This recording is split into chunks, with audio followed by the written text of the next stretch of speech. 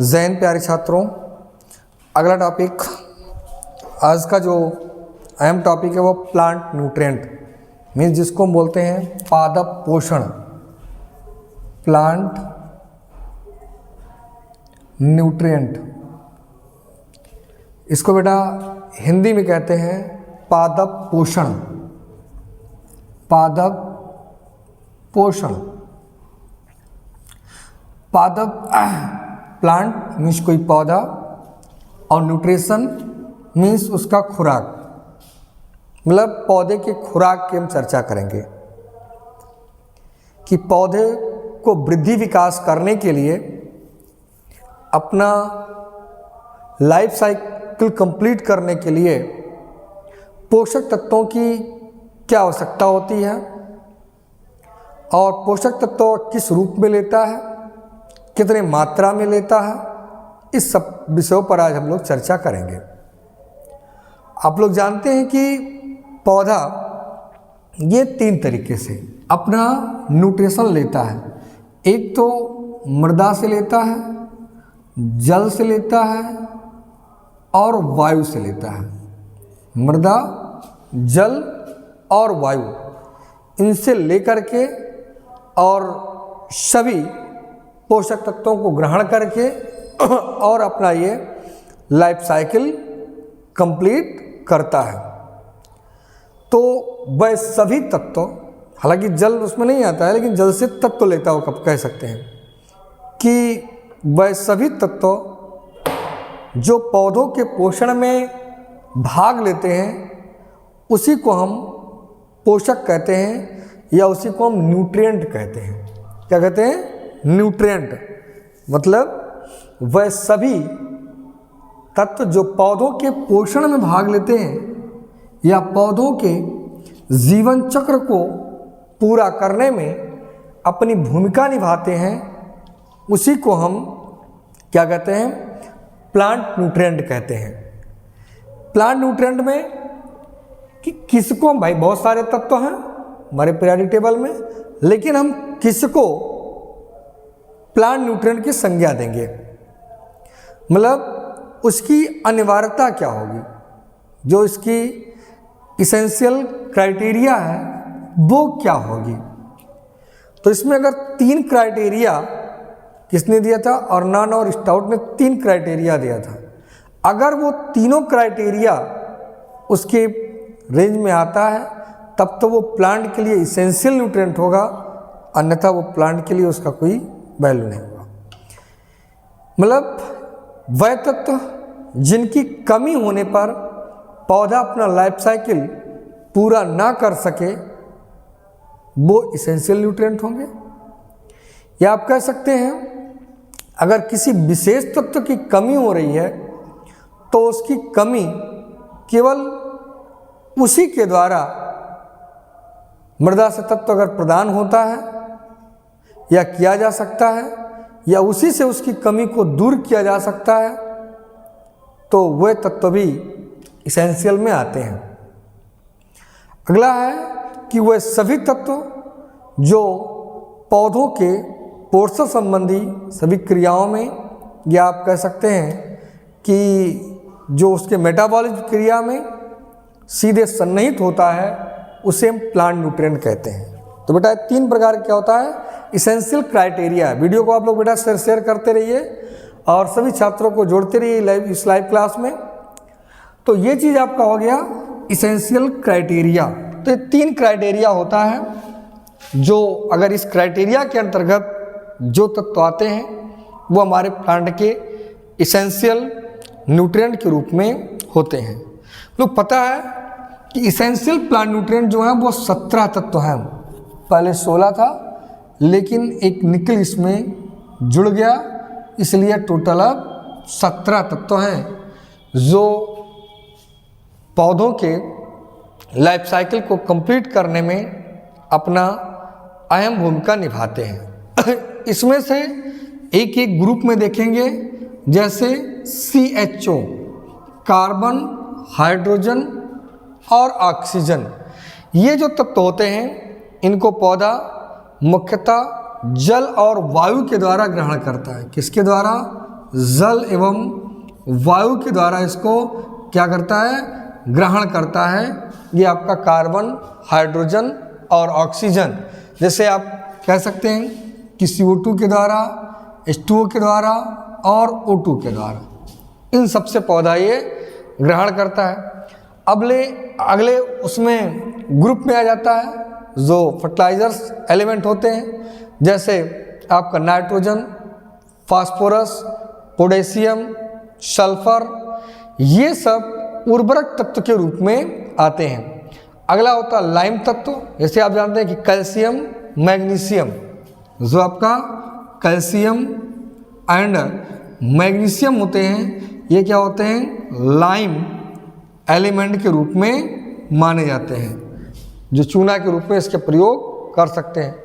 सूक्ष्म तत्व के रूप में, तो सूक्ष्म तत्व के रूप में प्रमुख तौर पर इसमें बेटा जैसे iron, manganese, boron, zinc, copper, molybdenum, chlorine, तो ये सब मुख्य तौर पर सूक्ष्म तत्व की श्रेणी में आते हैं।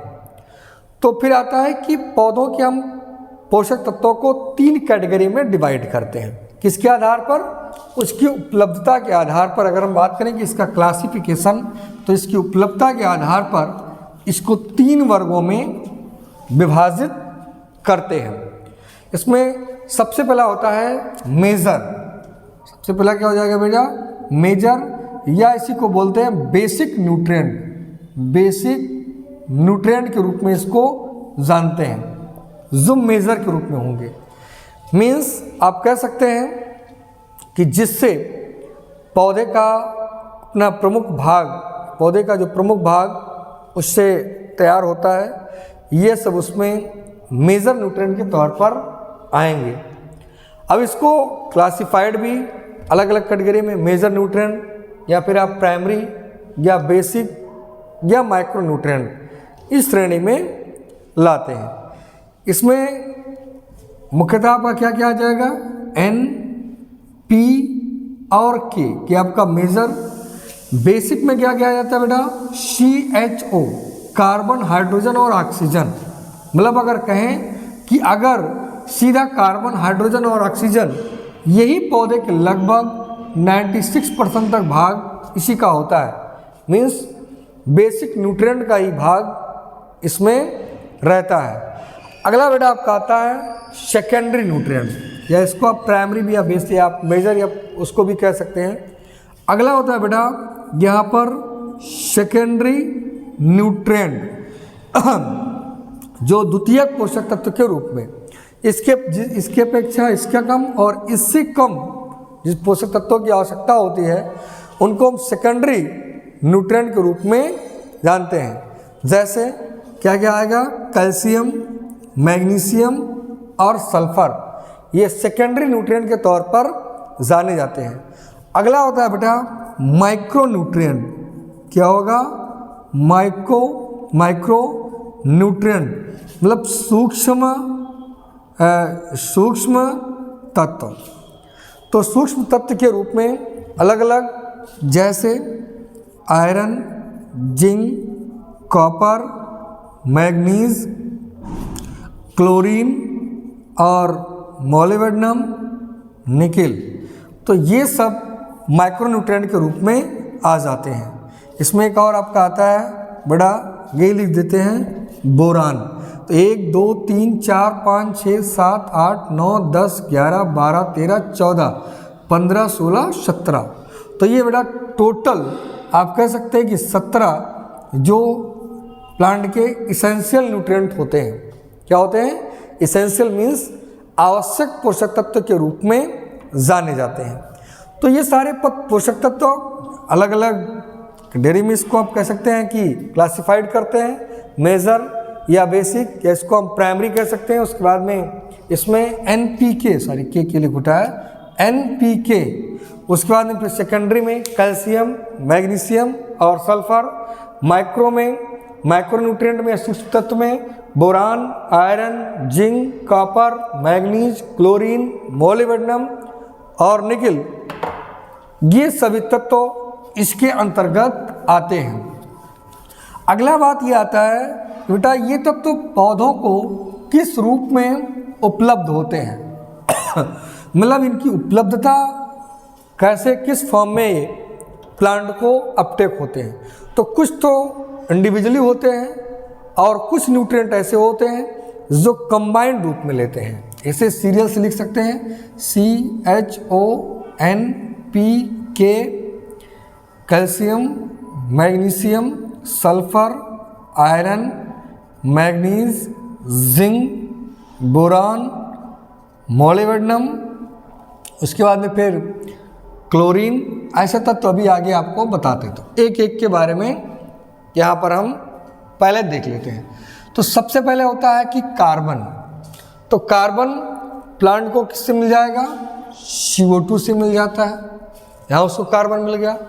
अगला होता है हाइड्रोजन। तो हाइड्रोजन कहाँ से मिल गया? H2O से मिल गया, या H2 से सीधा मिल सकता है। ऑक्सीजन O2 से भी, CO2 से भी, H2O से भी, तरीके से इसको ऑक्सीजन इस रूप में भी प्लांट इसको अपटेक करता है। नाइट्रोजन केस में कहेंगे तो प्लांट दो फॉर्म में, एक नाइट्रेट और एक आपका होता है अमोनिकल फॉर्म में। मतलब यह एक ऐसा पोषक तत्व है जो केटायन और एनायन दोनों फॉर्म में, बहुत मतलब ऋणायन और धनायन दोनों रूप में ये ग्रहण करता है, और कोई तत्व ऐसा नहीं है। यही एक ऐसा तत्व है कि जो दोनों रूप में अपटेक करता है। अगर ऑक्सीडाइज जोन होता है तो वो नाइट्रेट के रूप में, अगर रिड्यूस जोन होता है तो वो अमोनिकल फॉर्म में।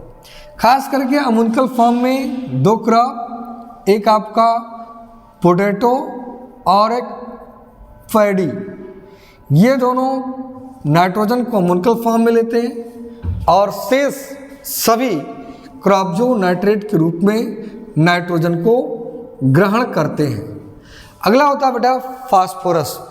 इसका क्रियाविधि भी अलग अलग होगा, क्योंकि अगर नाइट्रोजन के तौर पर देखें तो सबसे पहले किस रूप में होता है? ये प्रोटीन के रूप में होता है। फिर प्रोटीन से टूटता है किस रूप में बेटा? ये टूटता है अमीनो एसिड के रूप में, अमीनो एसिड के रूप में। फिर ये अमीनो एसिड से क्या होता है?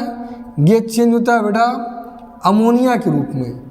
फिर ये अमोनिया से नाइट्राइट NO3, और फिर ये चेंज हो जाता है का नाइट्रेट के रूप में।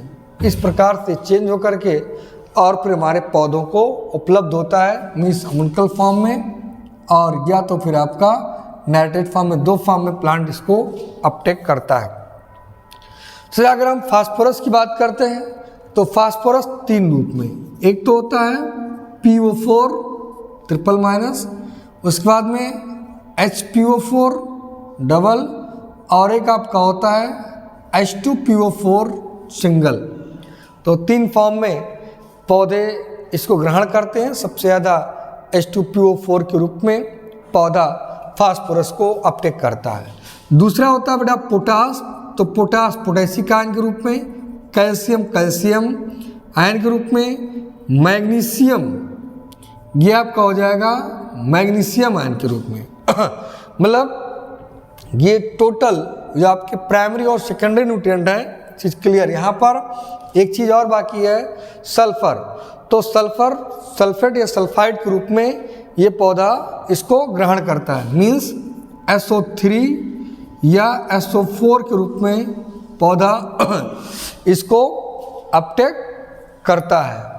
अगला बेटा आता है तो आयरन। तो दो फॉर्म में, एक तो ये फेरिक और फेरस, फेरस और फेरिक, दो फॉर्म में पौधा इसको अपटेक करता है। ये चीज़ हो गया। अगला होता है बेटा मैग्नीज। मैग्नीज को भी पौधा मैग्नस या मैग्निक के रूप में इसको प्लांट अपटेक करता है। मैग्नस या मैग्निक के रूप में पौधा इसको अपटेक करता है। जिंक को नॉर्मली जिंक आयन के रूप में पौधा उसको ग्रहण कर लेता है। अगला होता है बोरान। एक्चुअली बोरान ये पौधा क्या करता है कि बोरेट के रूप में इसको PO3 मीन्स बोरेट के रूप में अपटेक करता है। अगला होता है बेटा मॉलिबेडनम। मॉलिबेडनम जो होता है इसको मॉलिबेडेट के रूप में M और O4 के रूप में मतलब मॉलिबेडेट के रूप में पौधा इसको अपटेक करता है। तो ये चीज़ इसके अंतर्गत आ जाता है। इसमें प्रमुख तौर पर पौधे इसको ग्रहण करते हैं। अगला जैसे अगर सपोज करो कि क्लोरीन, तो एक क्लोरीन एनायन के रूप में पौधा इसको अपटेक करता है। अगर हम बात करते हैं सोडियम का, तो सोडियम भी सोडियम आयन के रूप में पौधा इसको ग्रहण किया कर रहा है। तो इस तरीके से जिन पौधों को प्लांट आसानी से इस फॉर्म में अपटेक करता है, या इसको बोल सकते हैं अपटेक या अवेलेबल फॉर्म, जिसमें पौधा अपने पोषक तत्वों को ग्रहण करता है। तो ये चीज़ हो जाता है। अगला आता है कि सभी पोषक तत्वों का इनका अलग अलग कार्य क्या है। नाइट्रोजन कार्य क्या होगा, और उसके बाद फास्फोरस का, पोटास का, मैग्नीशियम का, कैल्शियम का, सल्फर का, मैग्नीज, कॉपर, जिंक, बोरान। तो इन सब का हम अगले वीडियो में आपको बताएंगे कि ये सब किस इनका रोल क्या है, इनका डिफिशियंसी सिम्टम्स क्या है और इनका प्रमुख तौर पर लक्षण क्या है। तो ये आपका बेटा आता है प्लांट न्यूट्रिएंट मीन्स पौधों के पोषण, जो प्रमुख तौर पर